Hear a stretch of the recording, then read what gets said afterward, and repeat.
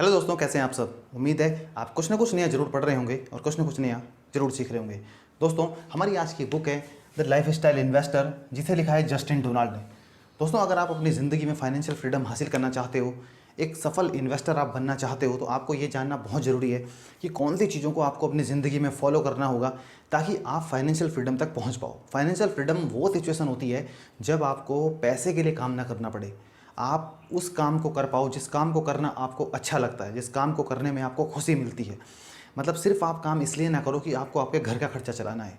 आपकी इन्वेस्टमेंट, आपकी जो एसेट्स हैं, वो आपको इतना पैसा दे सकें कि जो आपके डेली यूज़ के जो खर्चे हैं वो सारे आपके वहाँ से पूरे हों।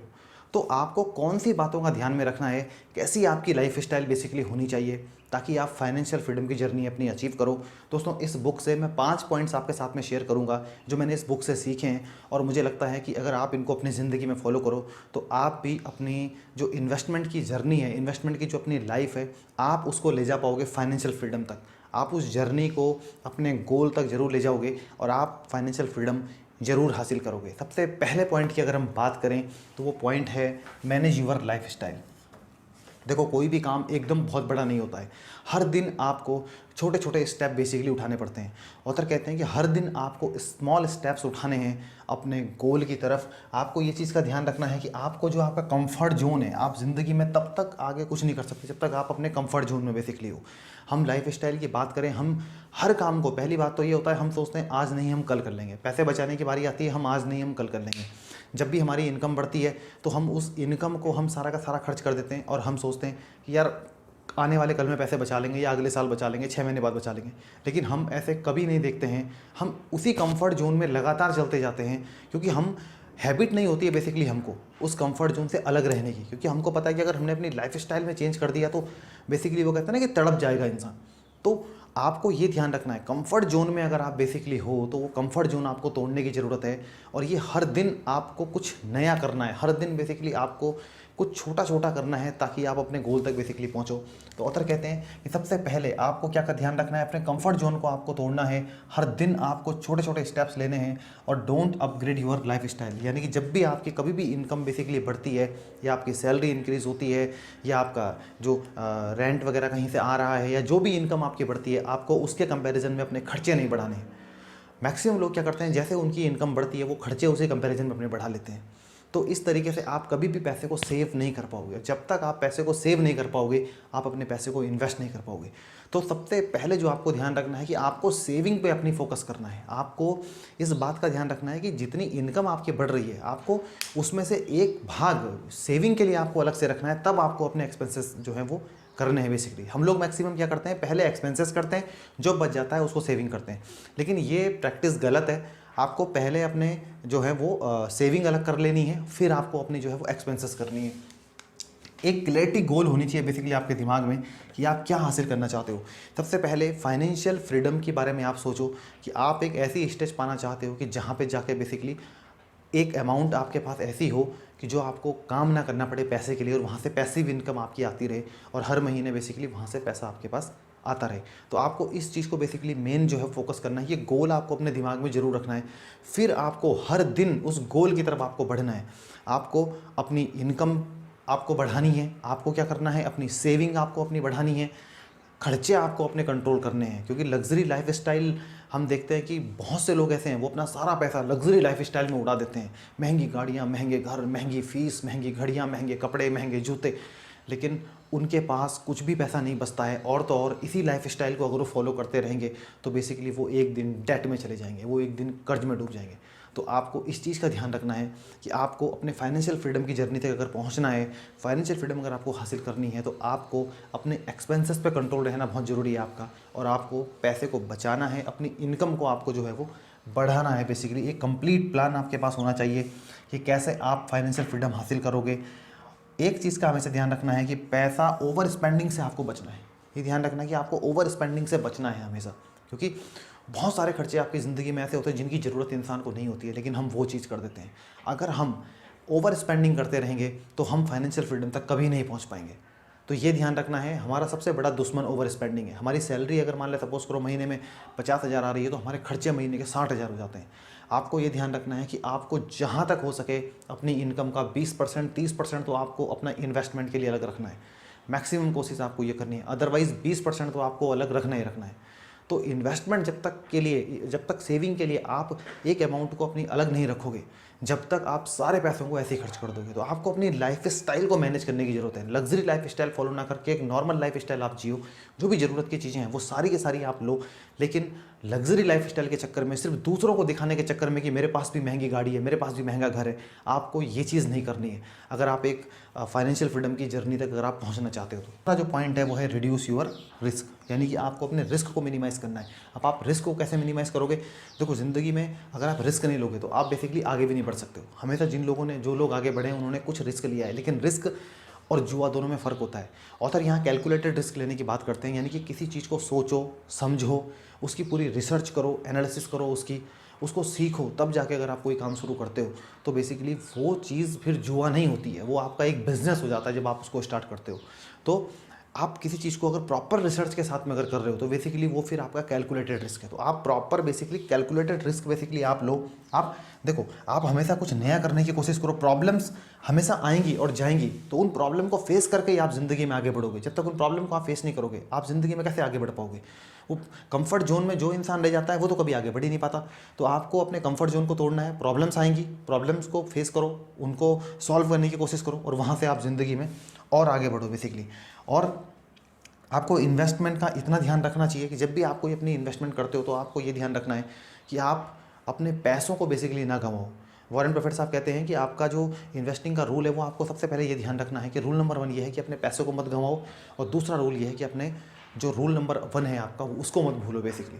तो आपको पैसे को नहीं गंवाना है, क्योंकि आपने अपना पैसा, सपोज करो इतनी मेहनत से आपने कोई पैसा अर्न किया और उस पैसे को आपने किसी के कहने पे ऐसे ही कहीं इन्वेस्ट कर दिया और वो पैसा आपका डूब गया, तो अब आपके पास आपका प्रिंसिपल भी नहीं बचा है। तो आपको ये ध्यान रखना है कि पैसे को आपको नहीं गंवाना है, ऐसा रिस्क आपको नहीं लेना है, ऐसा जुआ बेसिकली आपको नहीं लेना है। सोच के, समझ के, पूरी रिसर्च करके तब जाके बेसिकली आपको वो काम बेसिकली स्टार्ट करना है। आपको हमेशा सीखने पे फोकस करना है, रिसर्च करनी है। थर्ड जो पॉइंट है वो है कि फाइंड द बेस्ट डील। आपको नई नई अपॉर्चुनिटीज़ आपको देखनी है, आपको प्रॉपर रिसर्च करनी है, आपको ये सोचना है कितने पैसे की आपको उसमें ज़रूरत है, कितना टाइम उसमें लगेगा बेसिकली, और आपको उन चीज़ों पे फोकस करना है जो इमर्जिंग बिजनेस हो, जो बेसिकली ऐसे बिजनेस हो जिनकी भविष्य में डिमांड होने वाली हो। आज भले ही वो थोड़ा सा उन चीज़ों की डिमांड हल्की सी कम हो, लेकिन भविष्य में उस चीज़ की बहुत ज़्यादा डिमांड बढ़ने वाली हो। तो आपको ऐसे बिजनेस पे बेसिकली फोकस करना है, ऐसी डील्स आपको बेसिकली पूरी रिसर्च के द्वारा बेसिकली निकालनी है। जब तक आप रिसर्च नहीं करोगे आपको पता ही नहीं चलेगा बेसिकली कि इन्वेस्टमेंट के क्या क्या ऑप्शंस हैं। तो ये चीज़ें आपको ध्यान रखनी है। तीसरी जो चीज़ है वो है कि आपको बेसिक प्रिंसिपल का हमेशा ध्यान रखना है आपको, कि जो पैसा आप अपनी इन्वेस्टमेंट में लगा रहे हो तो वो पैसा आपका डूबे ना, बस ये ध्यान रखना है। बहुत से लोग ऐसे, सपोज करो उन्होंने ऐसे स्टॉक्स में पैसा लगा दिया किसी के कहने पे कि जो भविष्य में 5 साल भी या 4 साल भी इन्वेस्ट करे हुए हो गए, 6 साल भी हो गए, और उनका पैसा आज जो है वो जो जितने का उन्होंने लगाया था उसका 50% पैसा हो गया। तो उनका जो बेसिक प्रिंसिपल है वो भी डूब गया है। आपको ये ध्यान रखना है कितनी जल्दी आपका जो पैसा है वो आपको बेसिक प्रिंसिपल वहाँ से निकाल के दे। आपको हमेशा प्रॉफिट्स के बारे में उसमें सोचना है। तो आपको ऐसी इन्वेस्टमेंट डील्स फाइंड करनी है जो आपको प्रॉफिट्स दें, ऐसा नहीं कि बेसिकली जो आपका पैसा ही डूबा दे। क्योंकि अगर आपका पैसा ही डूब गया इन्वेस्टमेंट का तो आप फिर अब आगे कैसे बढ़ पाओगे, आप वहाँ से आगे कुछ नहीं कमा पाओगे बेसिकली। तो आपको ये ध्यान रखना है कि आपको प्रॉफिट्स पे फोकस करना है, अपने प्रिंसिपल पे आपको हमेशा ध्यान रखना है। टाइम का ध्यान रखना है, कितना टाइम बेसिकली आप कितने टाइम लग रहा है कि वहाँ से आपको प्रॉफिट्स बेसिकली होगा। अब कोई चीज़ ऐसी है कि बेसिकली वहाँ से आपको जो आपका प्रिंसिपल है वही आपका डूब गया है, पता नहीं कितना टाइम लगेगा आपको उस प्रिंसिपल को रिकवर करने में। तो आपको ये ध्यान रखना है, आपको ऐसा नहीं करना है। प्रिंसिपल आपका नहीं डूबना चाहिए, मेन इस बात पर आपको जो है फोकस करना है, ठीक है। और एक चीज़ और है कि आपको कभी भी हार नहीं माननी है, हालात चाहे कैसे भी हों आप कभी हार नहीं मानो। अवॉइड टू लॉस प्रिंसिपल, आपका जो मूलधन है उसको आप कभी मत गंवाओ, उसको कोशिश करो कि वो मूलधन आपका सुरक्षित रहे सबसे पहले भी, ठीक है। और हर इन्वेस्टमेंट करने से पहले आप अच्छी तरह से रिसर्च करो और हमेशा नया सीखने की कोशिश करो, हमेशा सीखते रहो। आप जो है आप बुक्स पढ़ो, आप सेमिनार अटेंड करो, वेबिनार अटेंड करो, इन्वेस्टिंग से रिलेटेड चीज़ें आप सीखते रहो। तो धीरे धीरे इन्वेस्टमेंट की नई नई जो ऑप्शंस हैं बेसिकली वो आपको पता चलते रहेंगे और आप धीरे धीरे करके अपनी लाइफ को जो है वो अपनी फाइनेंशियल फ्रीडम की जर्नी तक लेके जाओगे। 5वां पॉइंट जो है कि वो है कि 5 स्टेप्स टू फाइनेंशियल फ्रीडम, यानी कि 5 स्टेप्स हैं अगर आप अपनी ज़िंदगी में फाइनेंशियल फ्रीडम हासिल करना चाहते हो तो इन 5 पॉइंटों पे आपको ध्यान देना बहुत ज़रूरी है। इनमें सबसे पहला पॉइंट है सेव मोर, यानी कि जितना ज़्यादा हो सके आप पैसे बचाओ। अपनी इनकम जितनी आपकी इनकम है उससे कम पे आप रहना सीखो और अपनी इनकम का एक निश्चित भाग जो है वो आप इन्वेस्ट करो, लॉन्ग टर्म के लिए आप इन्वेस्ट करो, वहाँ से आप बहुत अच्छी वेल्थ क्रिएट करोगे। तो जितना ज़्यादा पैसा हो सके आप बचाओ। दूसरा है अर्न मोर, अपनी इनकम को आप बढ़ाओ। हो सकता है आप अपनी कहीं जॉब करते हो तो वहाँ पर आप सैलरी बढ़ाने के बारे में सोचो, कौन सी स्किल्स आप सीख सकते हो जिससे आपकी सैलरी वहाँ इंक्रीज़ हो। कोई बिज़नेस आप करते हो तो उस बिज़नेस में कैसे आप ग्रोथ बेसिकली पा सकते हो। आप कोई रियल एस्टेट में आप इन्वेस्ट कर सकते हो, वहाँ से कैसे आपकी इनकम हो सकती है। तो आप अपनी इनकम को बढ़ाओ जितना ज़्यादा हो सके। तीसरे नंबर पर आता है कि आपको टैक्स का ध्यान रखना है कि एक्टिव इनकम जो होती है वो बहुत ज़्यादा भाग उसका जो है वो टैक्स में चला जाता है। तो आपको ये ध्यान रखना है कि ऐसे कौन से ऑप्शन हैं जिनके द्वारा आप टैक्स को मिनिमाइज़ कर सकते हो, टैक्स को आप कम कर सकते हो। ऐसा नहीं है कि टैक्स की चोरी करना जो है वो दंडनीय अपराध है, आपको टैक्स की चोरी नहीं करनी है। लेकिन कानून के द्वारा जो भी प्रावधान टैक्स को बचाने के लिए दिए जाते हैं, आप उसके दायरे में रह के जो भी टैक्स बचाने के लिए फॉर्मेलिटीज़ हैं वो आप कर सकते हो। उनके द्वारा आप अपने टैक्स में छूट प्राप्त कर सकते हो। चौथा ऑप्शन है गेट बेटर रिटर्न। आपको अपने पैसे को ऐसी जगह पे लगाना है जहां आपको अच्छा रिटर्न मिले। सपोज़ करो आप अपने पैसे को आपने एफडी में इन्वेस्ट किया, वहां पर आपको 5% 6% के रेट से अगर मान लिया रिटर्न मिल रहा है, लेकिन आप सोचो कि जो इन्फ्लेशन रेट है वो 7% अगर इन्फ्लेशन का रेट है और आपका पैसा आपको 5% का रिटर्न दे रहा है, तो आपका पैसे की वैल्यू बल्कि बढ़ नहीं रही है, बल्कि पैसे की वैल्यू कम हो रही है आपके। तो आपको ऐसी जगह इन्वेस्ट करना है कि जहाँ बेसिकली आपको अच्छा रिटर्न मिले। अगर हम अच्छे रिटर्न की बात करें तो आप स्टॉक मार्केट में इन्वेस्ट कर सकते हो।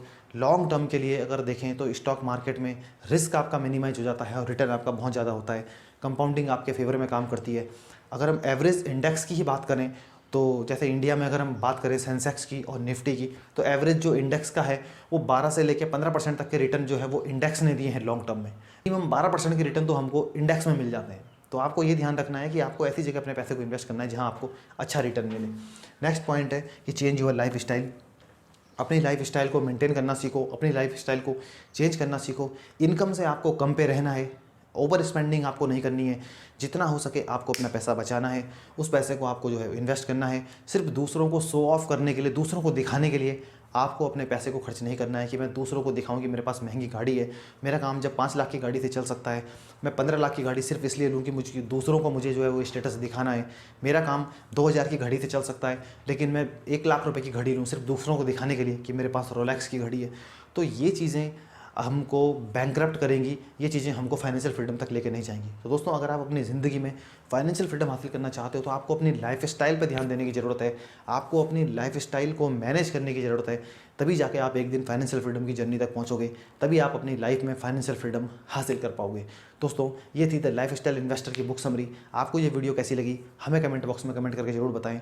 आज की वीडियो में बस इतना ही। मिलेंगे अगली वीडियो में, तब तक के लिए पढ़ते रहिए, सीखते रहिए, आगे बढ़ते रहिए।